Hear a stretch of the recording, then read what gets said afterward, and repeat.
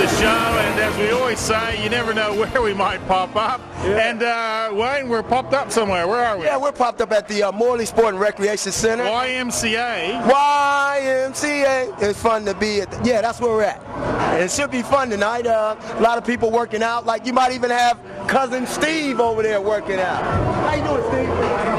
You look taller than that. Yeah, Wayne just said something, but you wouldn't know because he didn't have the mic with him, did you? That's all right. Yeah. I didn't have the mic because Moose doesn't give up that mic. No way. You never know what might get said. And James, how you going, mate? Yeah, I'm actually pretty buggered. I just got back from the US, even though you wouldn't know that because you've seen me on TV every damn week. I am good. I do teleport and all that kind of stuff. And I'm just first time back at the gym. I'm knackered. No strength at all. It's not good. First time 5 kilos for some weird reason.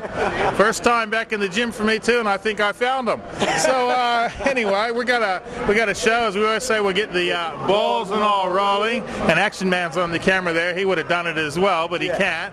And we're right in the middle of the Morley YMCA Sports and Recreation Gym, and there's all kinds of things happening. We're going to wander around the gymnasium because what we want you to do is get active, get into it, and don't turn out like, well, you can work that part out yourself.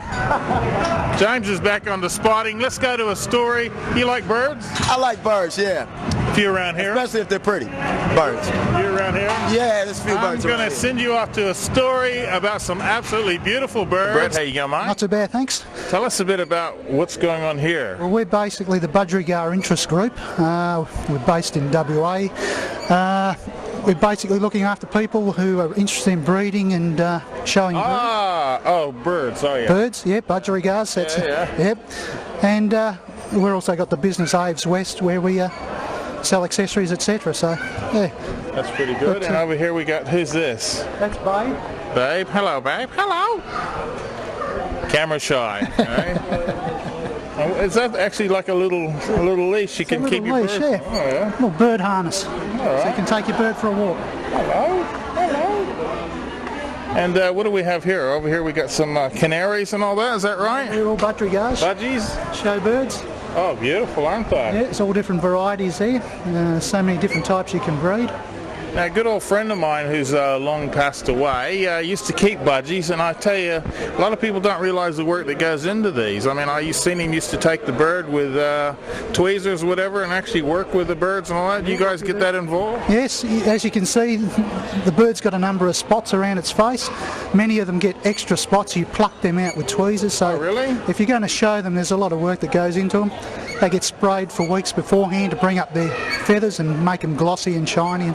Fantastic. Yeah, tell us about the Danish pied Cobalt we see here. Okay, that's a Danish pied Cobalt. It's a recessive variety. Lovely bird, nice blue. You also got the green version next to it. Okay. Up here. Very yellow for a green one. Yeah, but you can still see it's a pied bird, which means a lot of the markings are removed. All right. So the green's left behind. Now, Brett, what's this beautiful little bird we see down here? Okay, that's a golden-faced violet. It's probably the most popular variety with people who don't have a lot to do with the birds because it's a very eye-catching and stunning bird. It is beautiful. Generally at a show, that's the first bird people go to have a look at because, as I say, it's a beautiful bird and very stunning. But all the varieties are very attractive. There's so many different varieties available today. Dominant pied, yellow-faced grey, see? You're learning. Yeah, I can read. Woo! And we got a few here that are a bit camera shy as well, hiding in there. Hello. Clear. That's not a clear body? That's a clear body, grey. Let's see if we can get it up onto the perch. Okay, we're hiding it, are we? If you hide the perch, sometimes they'll leap up to see over your hand. Okay, if I had a pen or something, I could get it up. And over here, this is another that's a beautiful bird, as well as the violet over here as well. It's a grey wing. Slightly different variety, but that's a nice bird, and it's got the deportment you're looking for, stands well on the perch, etc.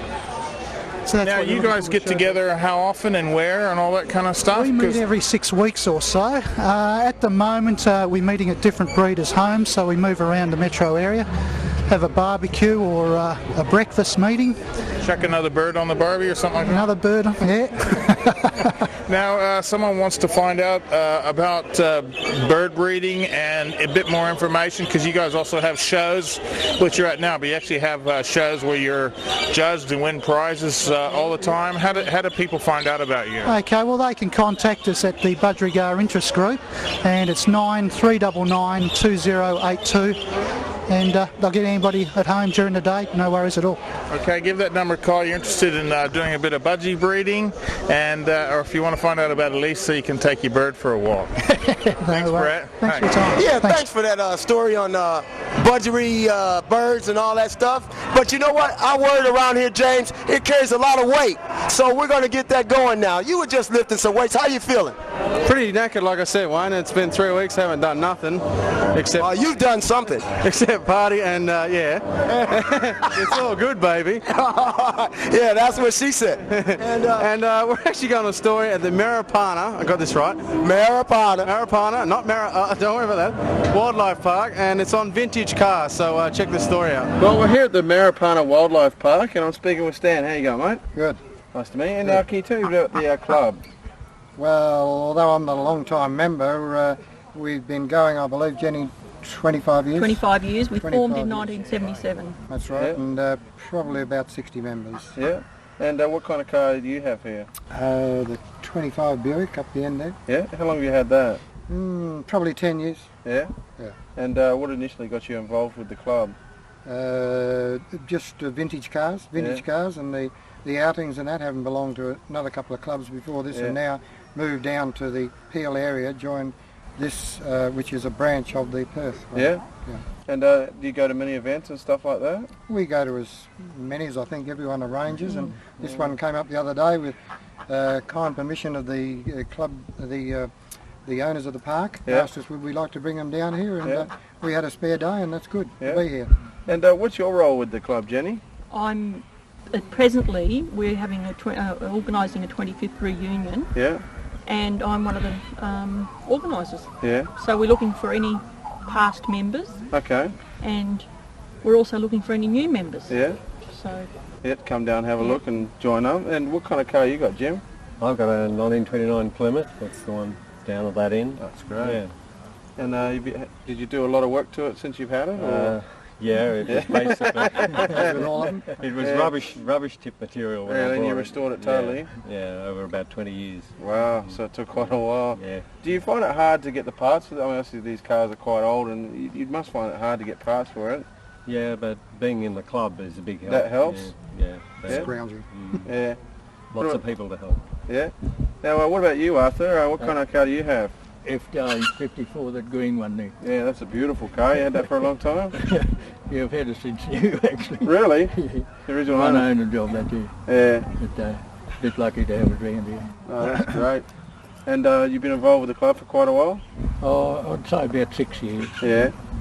Now, also, Jenny, you said there's a 20th reunion coming up, 25th. Yeah. If anyone does want to come and get involved, what's the number? Well, the reunion's on the 15th of September, Yep. and I have 2 contact phone numbers. Jill Mather, 9581 6751, and myself, Jenny Mulison, 9535 7937. No worries, so we'll try and get some people down there, which is great. Thanks a lot for talking to us, guys. Now I'm here with the manager of the YMCA Morley Sport and Rec Center, the gym facility side of things. How you doing, Ian? Yeah, not too bad yourself, Wayne. Oh, that's good. Ian went to shake my hand. One of the few people that has, so we got to get that in slow-mo. Now, Ian, can you tell us a little bit about what goes on up here, besides for weights and steroid abuse? Nah, just kidding. We're looking at you for the steroid abuse, Wayne. You see how buffed I've got in here? We've got a fully functional gym upstairs, personal training, fitness classes, you know, real good facility, good atmosphere. You know yourself, Wayne. Yeah. We see you here all day, doesn't do any work, just comes and mingles with all the members. We try to give as best service as we can to all the members, you know, good fun facility, fully functional aerobics, gym, everything. So yeah, it's a good club. I must admit the staff here is very friendly and stuff. They haven't beat me up yet. Ian's only slapped me around once. And if you come down here and do one of his classes, Ian is a great motivator. I'm telling you, sometimes you're coming here and you're fatigued, and he'll take you through one of his classes. The next thing you know, if you survive it, you're going to be doing very good. Now, some of the other classes that you guys have here, I know you guys have a lot of cycling and stuff like that, spin class. Yeah, one of the new classes we've launched, and one of the only people in Perth to have is Body Jam, which for you would be good. It's a bit of Latin dance, American hip hop funk. It's like a dance class to music. So hip hop. That's the new style that's out. We do yoga classes, body balance, pump, weight class to music. So we've got a full range of everything available. So we try to accommodate for everyone, as well as football classes for abdominal low back support, over 50s classes. We've got a Fit Wise program. So we've got for everything. Oh, that's good. I mean, speaking of pump classes, James just came off vacation, and there was a lot of pumping going on there. So, anyway, is there a phone number anybody can call to get in touch? Yeah, you can call on 9275-9160 and speak to myself, that's Ian, or Kirsty, who's a wonderful sales lady over there. You can get a grab shot of her. Okay, Kirsty's over there. That's the girl that's running over there.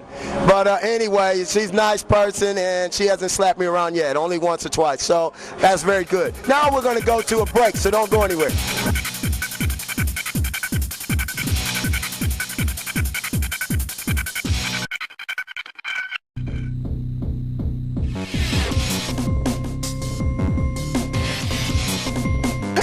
Welcome back. I'm here with Branko Pratic, and we're here at one of his mini karate classes. Seems like every facility I go to, he's around and they're doing karate. And so, how you doing, Branko? Oh, good. Good to see you again. Yeah. So, if you could just tell us a little bit about what's happening this evening and what this particular class is about. I see a lot of younger people there running around. Well, what's happened this weekend, we had gradings which they get tested for their next grade, and this is actually a social session. So we have a few games and just have a bit of fun. Oh, good on you. Now, the last tournament that you guys had, can you tell us a little bit about that, where it was held, and how'd you guys fare? Oh, I just got back from France actually last week. We went to the Women's World Cup. I took Kelly Shimmings, which I think you've had on your show before, and my daughter Jessie Bradage, and Jessie actually won third in the Women's World Cup in France, and I must admit the competition was tough. Oh my goodness, that was pretty fierce. Now to qualify for something like that, Branko, what do you have to do? What are some of the qualifications? Well, you really have to be the best in Australia, and Jessie and Kelly are both in their respective weight divisions the best females in Australia. Wow. Okay, now how many people did you take over for the event? 3 actually. One was for Carter, and she was from Queensland, and 2 from here. Okay, now a worldwide event like that, I mean, how many people would you have said are participating in something like that? Well, there's 29 countries, mostly European, I think about 6 Asian countries, so it's good. Okay, then now you guys are just on the verge, and how old is your daughter? And for her to do something like that, to come in third, that's awesome. Well, she's 20 years old, which is really at the beginning of her career as a senior. The thing that made her match or her event very memorable for me is in one particular fight where she was trying to get into the top 4, she was losing 7-1. Wow. Anybody that knows karate and scoring and what have you, you're down 7-1, you're almost gone for all money. Well, she wasn't. She actually got a bad kick in the eye. She got up and she actually took the girl out. She beat her. So I've got to give her credit for that. That's something I haven't seen very often in my 30 years of karate. Oh my goodness. Now, your classes, now can you tell us how many people do you have in your particular classes, all up? Well, around Australia, I suppose it's got to be about over 1,000. In this particular centre, we'd probably have about 300. Wow, yeah, that's a lot, and I'm sure you got a lot of people looking after them. Yourself, if you just explain to some of the people who haven't seen you in a while, what Dan you're at yourself, and... Well, I'm 7th Dan, and that usually takes about 28, 30 years to get. Basically from, say, 6th Dan to 7th Dan, it's sort of like an honorary award for services to the organisation. Oh, that's brilliant. And if somebody wanted to get involved with your particular class, is there a phone number or something? Yeah, I can be contacted on 94013163. I'm home most days because it takes a lot of administration to run this organisation now. Oh, brilliant. Well, Branko, I want to thank you a lot. And now we're going to go to a story about rats. And it should be interesting, but just for you people at home that are not into rats, still look anyway.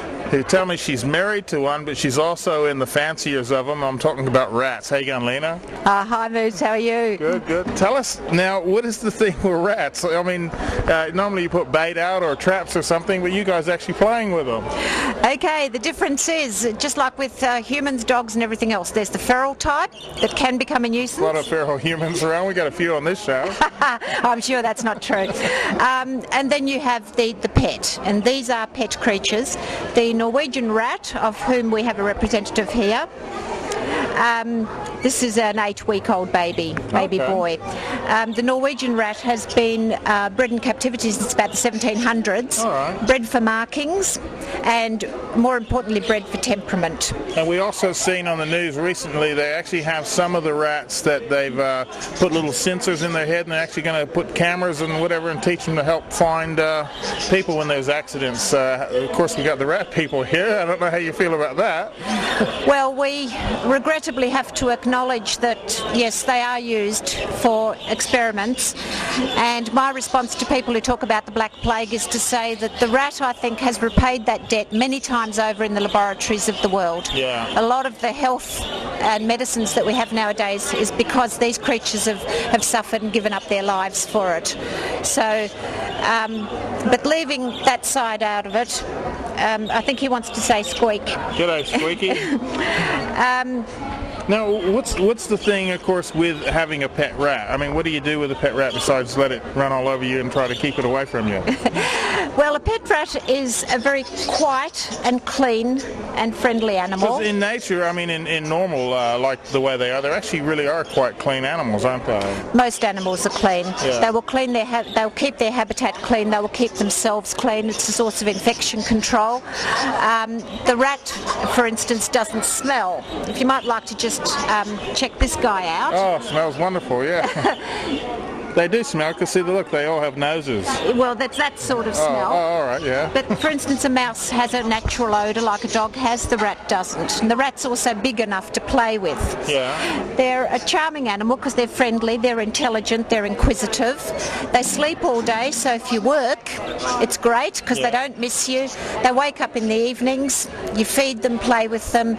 It takes about 5 minutes to clean a cage. Roll up the paper or the cardboard, put a fresh piece in, top up the food and water, and there you go. Yeah. They're ideal companion animals for young children because they only live 2 or 3 years, and so it's not a long commitment. All right. Although once you've had one, you generally have them. And also old people. I regularly take mine to the nursing home where my mum is, and the old people love them because they're small enough to pat, unlike a dog that can get boisterous. Fantastic. Now, people out there would like to know a bit more about it. We see the web page, which is wiggl@optusnet.com.au. We'll get that on the screen, and the phone number is 0412 482 085. Fantastic. So if you want to know a bit more about rats, or you want to get some, or you want to find out the best way to take care of them, keep them, or join the club, come down and give them a call. That was a great story with the rats there. And now we're going to a story on stuff that I really do enjoy. And Wayne, how you going, mate? I'm going good, man. You motivated me so much with the weights, I figured I'd lift one. Right, we're going to the Little Creatures Brewery, which is very good, so check this story out.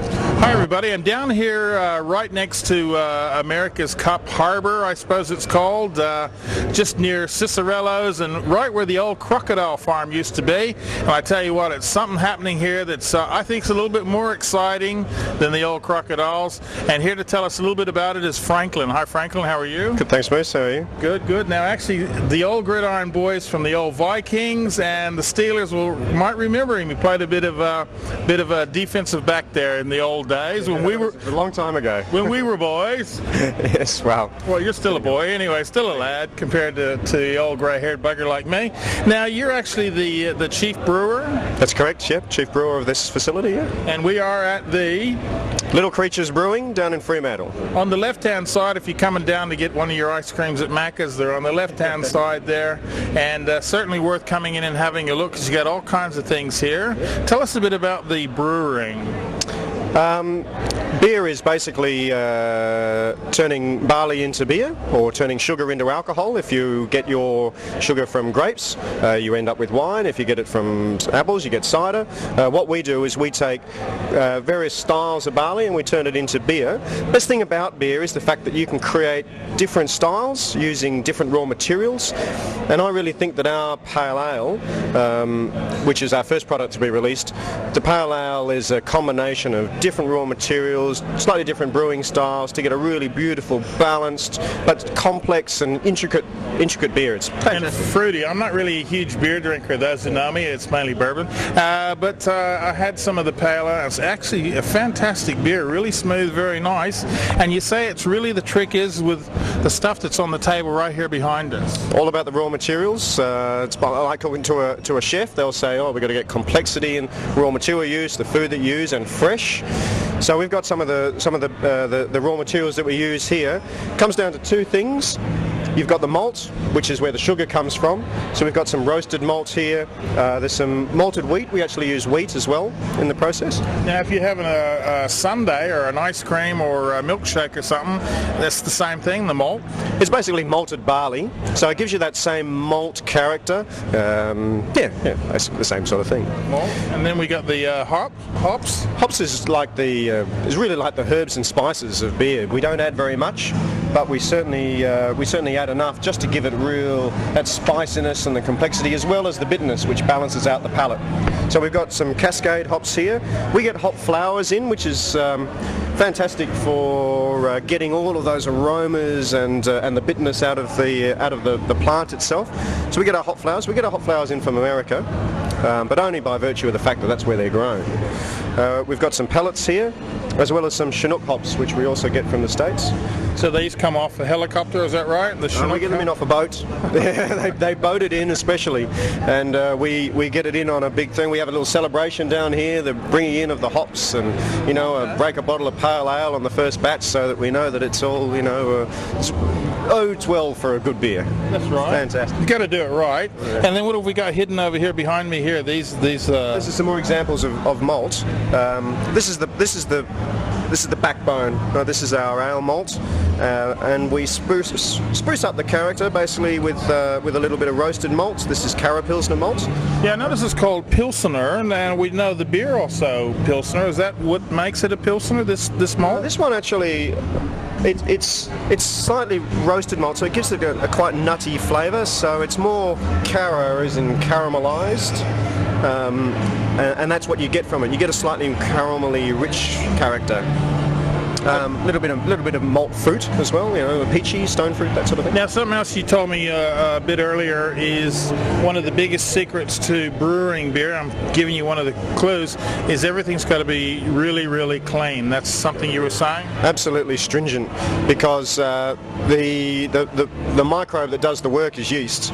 Now, the yeast turns the sugar into alcohol, and any other microbe, be it bacteria or wild yeast or anything else, is going to interfere with that, and it's going to change the flavours.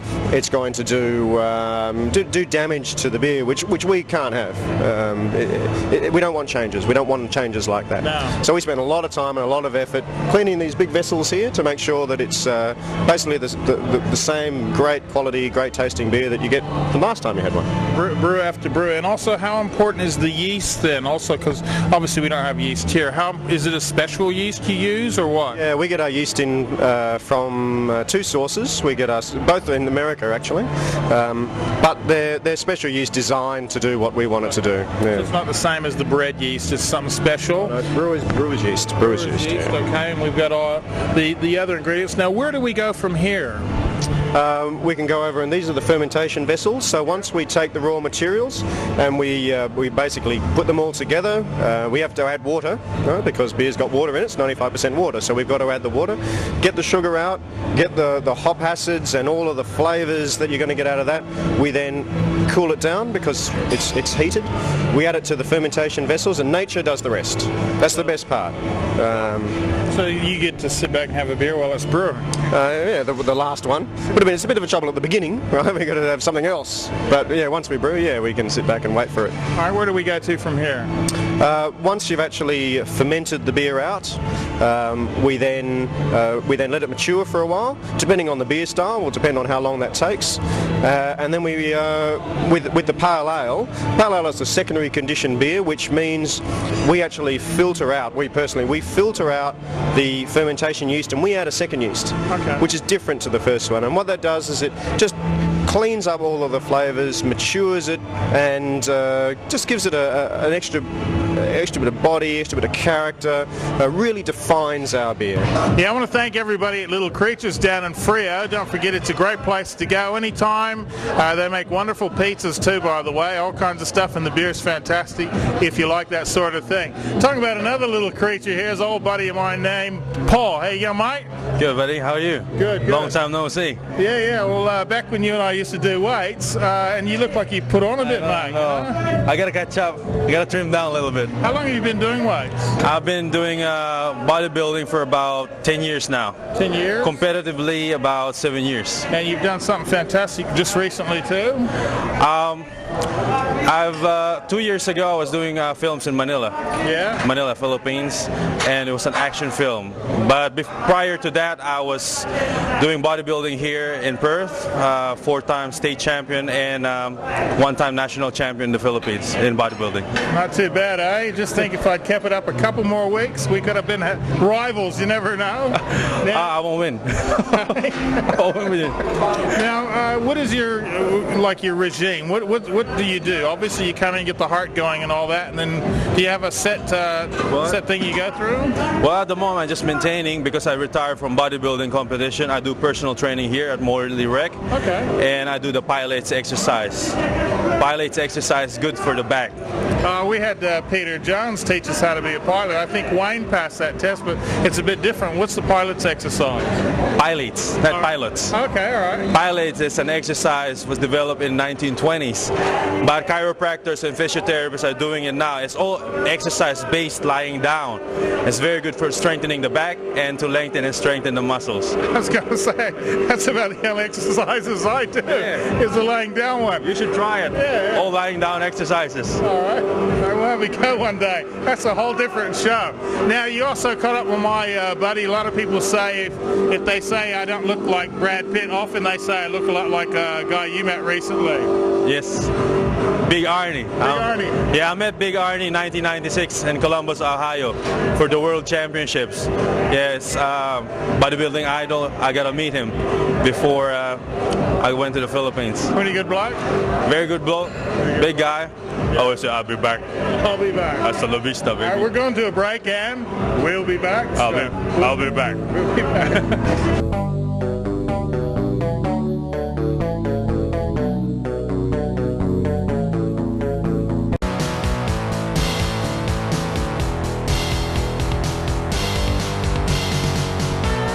Going there, Wayne? All right, man. Look like you're going pretty good. You haven't even had any beer tonight. No, I haven't. It's a beer-free day, actually. A whole day. That's a good zone. See, I am an athlete. Now, recently you were up in Gelton. We're sitting on a couple of balls. Yeah, a couple of balls, mate. Balls and all, you know what I'm saying? Yeah, balls. Now, anyway, you were in Gelton a couple of weeks ago, doing something very good. Yeah, they actually asked me to come out of retirement, to play one game to help out the East Side Eagles, and I did that. It was a fun experience lacing up the boots after 11 years of not playing at that level, and even though we went down, I think I acquitted myself pretty well, and at least nobody wants to beat me up. It's probably bullshit, but at least nobody wants to beat me up. And also, the Perth Lynx are having tryouts shortly, so ladies, if you want to get out there and have a go, you definitely can. You can link up with them. It's a local team. They're in the National Basketball Association, and we'll have a webpage number for you that'll be going across your screen a little bit later on. Just make it up as we go. It's at perthlinks.com. I love you. Now everybody's got a teddy bear at home, scratch it. Now, anyway, we're going to a story that, why is the cameraman laughing? Action man's laughing over there. That must mean I'm funny. Yeah. Now, James, what are we going to? We're going to a story Moose did a while ago on Moose.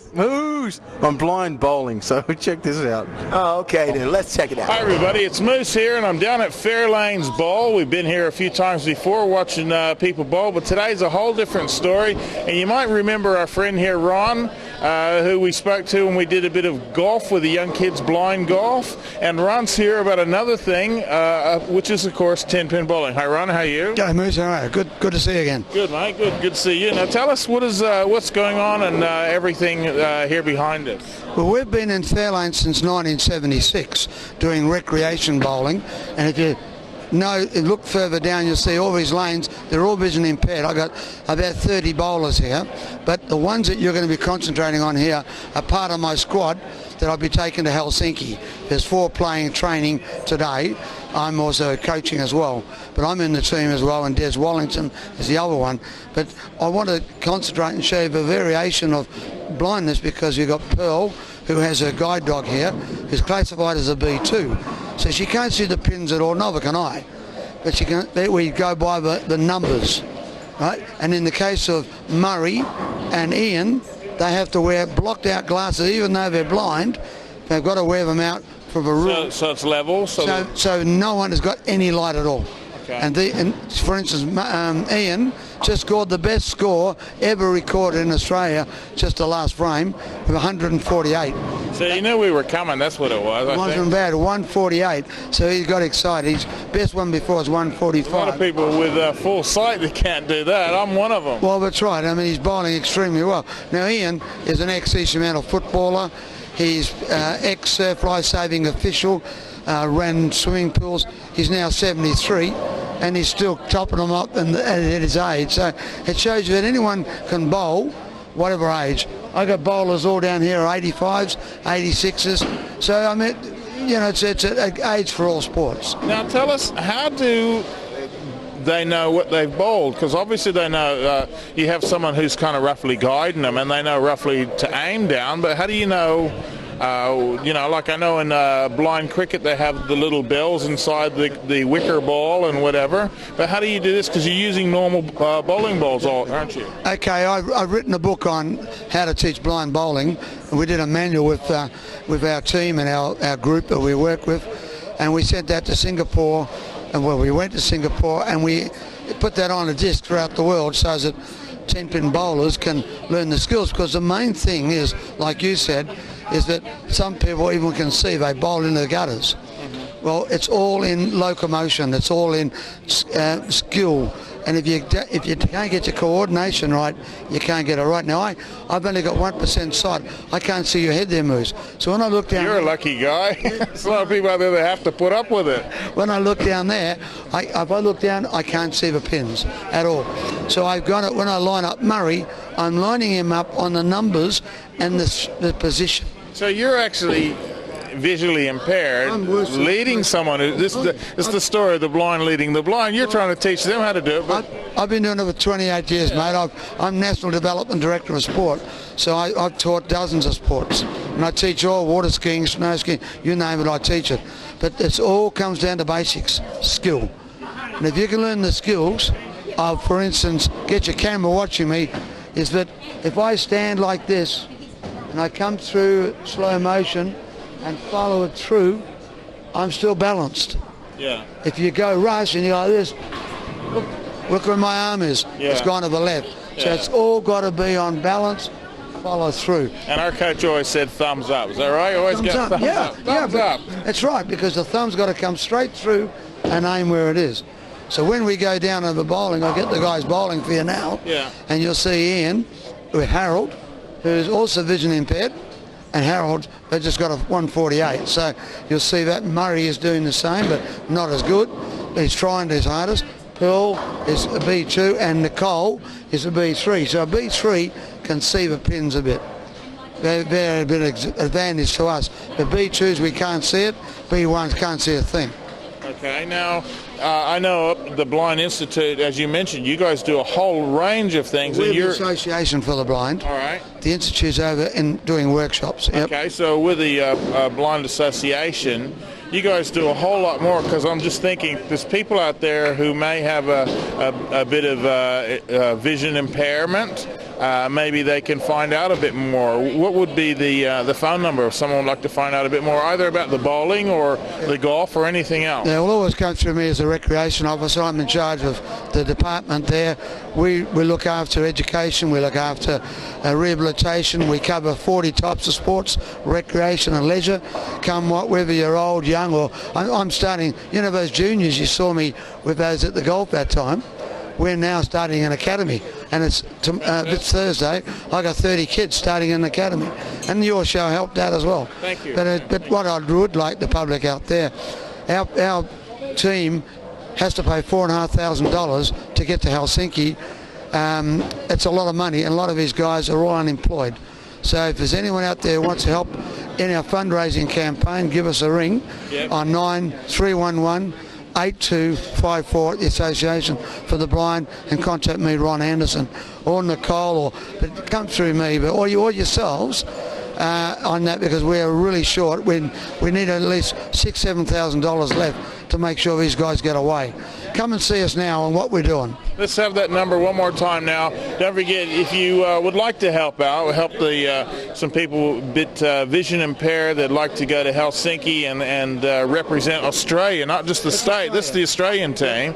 Give that number a call, which is 9311 8254, Ron Anderson. So give that number a call, and also too, if you want to find out about all the other sports, like you mentioned, golf and water skiing and everything, anything like that, give that number a call. It's still on the screen, and have a chat with Ron there, and go down and have a good time. Because, and not only that, but also people who might want to help as well. We need help. We need volunteers all the time. So contact us. We run education programs for volunteers.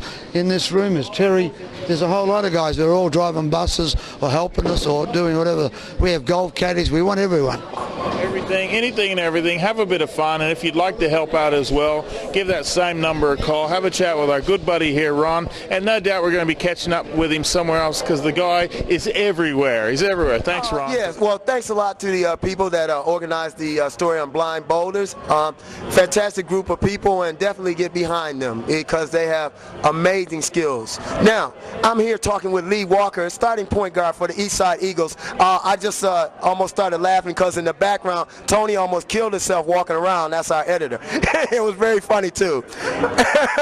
Anyway, how you doing, Lee? Yeah, I'm doing well, Wayne. All right, now Lee, starting point guard, you've been in the league for a while. Can you tell us how many teams you played with and how long you've been playing? I played with 3 teams now. I played with Rockingham in my rookie year, and then I ended up playing for Swans for 3 years, and this is my first year with East Perth. Okay, then now Lee, if you can tell us a little bit about State League basketball, where do you think it's hitting, and how do you think it's going this year? Where it's heading, it probably should have took off a little bit more. There was the basketball boom a few years ago, and it's sort of stagnated a bit since then, so I think the league probably needs a little bit more marketing, but more support from people like, the sporting people, balls and all, and stuff like that. That's right. Yeah. Sponsors as well. Yeah. Excellent. Now, you're a good young guard. They also have other levels. They have Division I and under 23s. And can you tell people at home a little bit about that? Okay, so SBL is the sort of the pinnacle for the state. Some of the Wildcats play in that league when they're not playing for the Wildcats, and then there's the Wobble, which is a step down, which is sort of the entry level league for the SBL, and then you have juniors below that. Okay, then well, good on you, Lee. Now, you guys have been playing for a couple of years. Is there anything you'd like to say to some up-and-coming players that want to aspire to the state league level? Up-and-coming players, I don't know, you just have to keep trying. Sometimes you don't get opportunities where you think you're going to, and I've been through that. A lot of people have been through that. Wayne's probably been through that. Yeah. But eventually you'll find a chance if you just keep working. All right, and this guy is definitely a testament to that. So thanks a lot, Lee, and we wish you every success this season. No problem. Thanks, Wayne. Hi, everybody. It's Moose here, right in the middle of the city at Forest Chase. I'm talking to a couple of our good buddies here, and of course, you wouldn't recognize this guy anyway. Of course, Father Brian, how are you? Thanks, Thomas. What a fantastic happy day with the MRA. It's the only way you put it. Great day with the MRA. Great day. Have a great day with the MRA. And we're talking to Taka. You might remember we spoke to Taka a few times. Taka, how you going, mate? Very good, Moose. Yes, it's again a beautiful day, good venue, friends. And one thing too, I noticed the Motorcycle Riders Association, by the way, MRA. One thing I noticed too, when the guys and the girls all get together to do something like they've done, of course they're always involved in helping Father Brian, and also the big Christmas appeal as well. But when they also get together, when they arrive at their destination or even before, it's really just like a big family get together, isn't it? Because it's not like certain little pods of people. You know, so they all get together and all have a bit of a chit chat. Well, I think that's general motorcyclists. You can be in the middle of the Nullarbor and pull into a service station or a roadhouse, you know, and if there's a motorcyclist there, you've got a common bond, I think. You know, it's the motorcycle thing, and yeah, it's just something that we as motorcyclists understand. It's a family, I guess. Yes. And something I noticed too is you can always tell the happiest motorcyclist by the amount of bugs on his teeth. Now, Father, tell us all about the crisis care. Well, it's only because of the Motorcycle Riders Association and these sort of events that keep us going. We're just sort of the messengers. Moose, we're the messengers.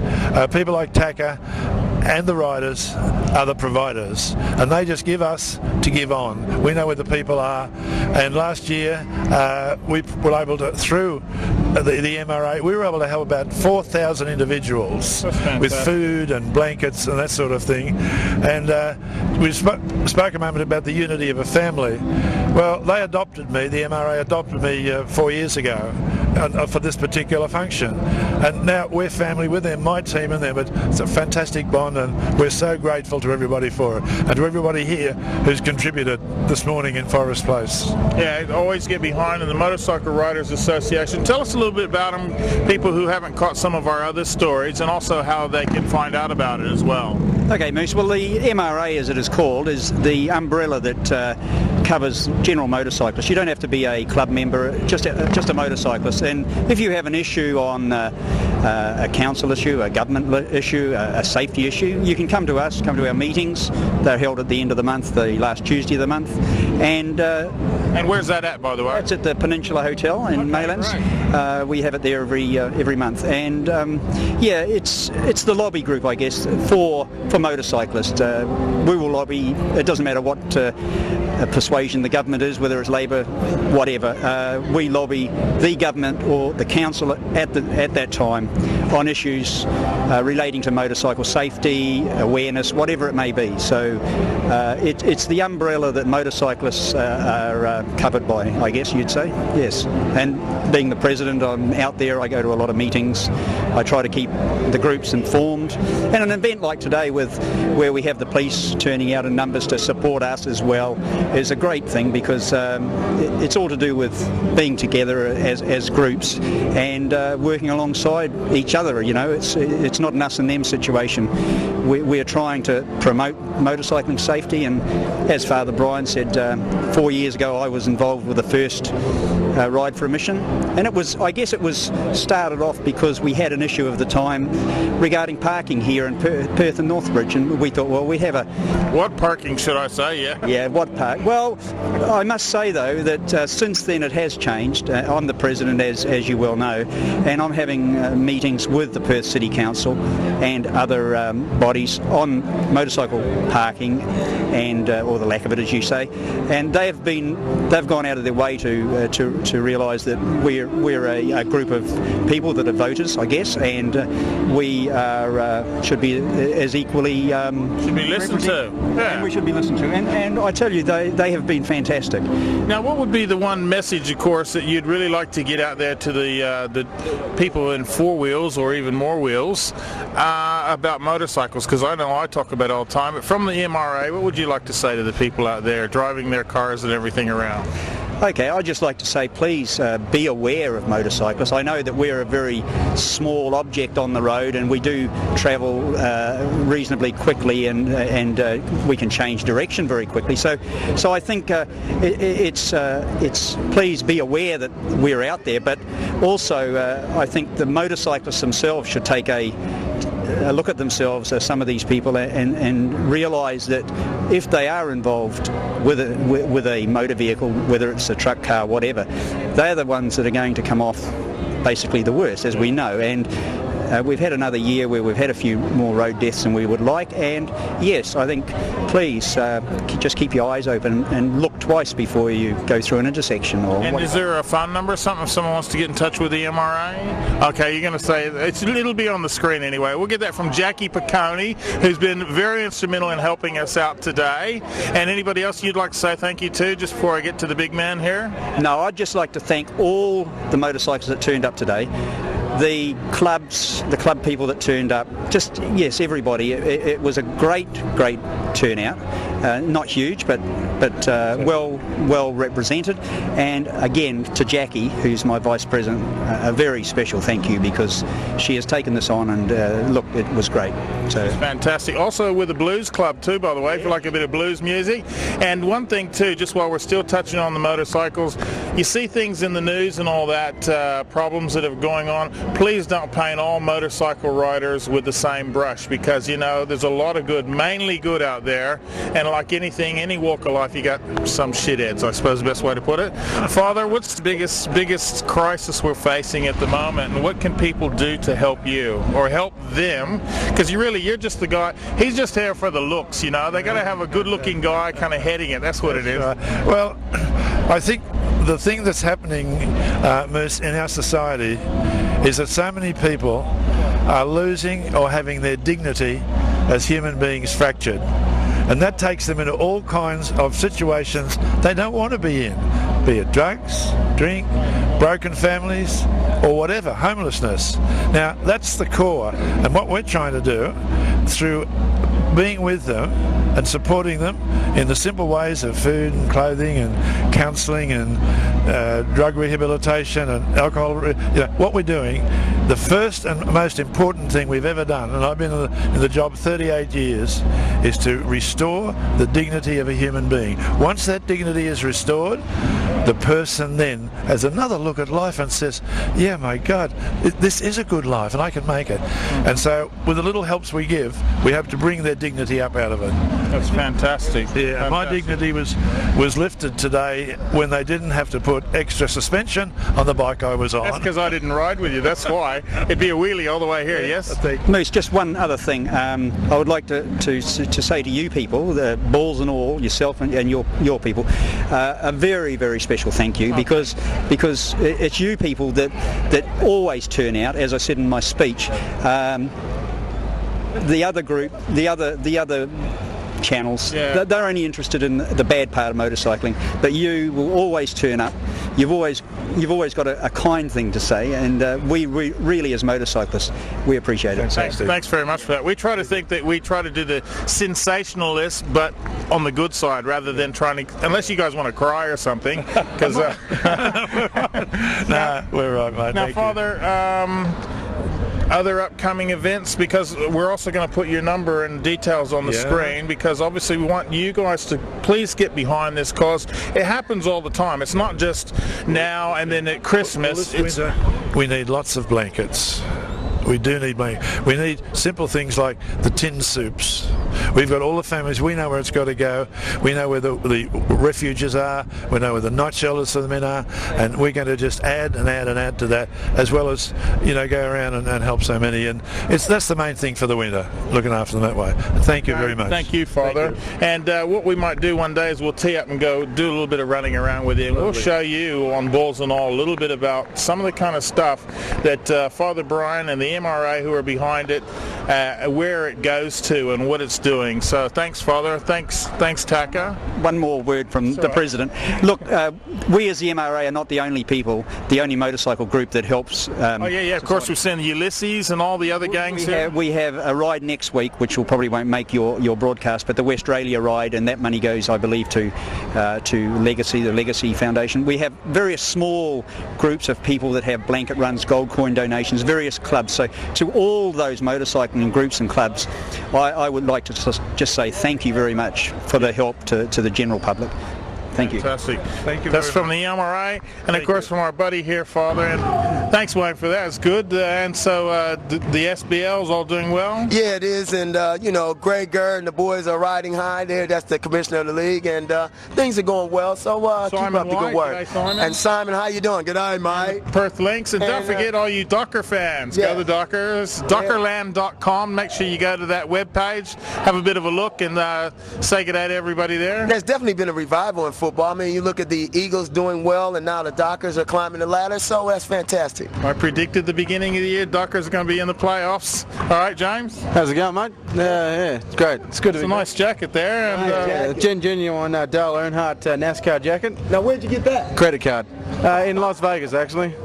So if you see anybody else wearing this jacket, it's not theirs. A lot of gambling went into getting this jacket, buddy. And that's not all. Well, look, I just want to point out, too, we're not being paid to be here at the Morley Rec Center, in case anybody wants to ask, but we're here because we're trying... Although I'd gladly take a free membership. We're sorting that out. How you going? What we're trying to do is to show you to get involved, be active. There's there's rec centers all over the place. You can also go to the YMCA and check on their webpage and have a look around and make sure you get involved, whether the gym or right here behind you see women's basketball. It's sports playing all over the place. Sure is. They also have soccer, badminton, the whole 9 yards. And what sport do you think I'd take it up most? I was going to try that where you lay down doing that exercise that Paul talked to me about. I heard there's a new Olympic sport coming on, National Mulletville. I mean, the people that have the nice mullets, they actually can go all the way to the grand final. You don't even know what a mullet looks like, do you? Yes, we do. Also, too, we will take donations of Jim Beam or Bullet Bourbon or time to finish the show. Black Douglas. Thanks, everyone, for watching. Don't forget, get involved. And we'll be back, of course, every Monday night at 9 o'clock, repeated Saturday at 4. That's going to change soon, so keep an eye on that. But anyway, everyone, thanks for watching. The name of the show is Balls and All. Catch you next week. Keep swinging. Balls and All would like to thank the following.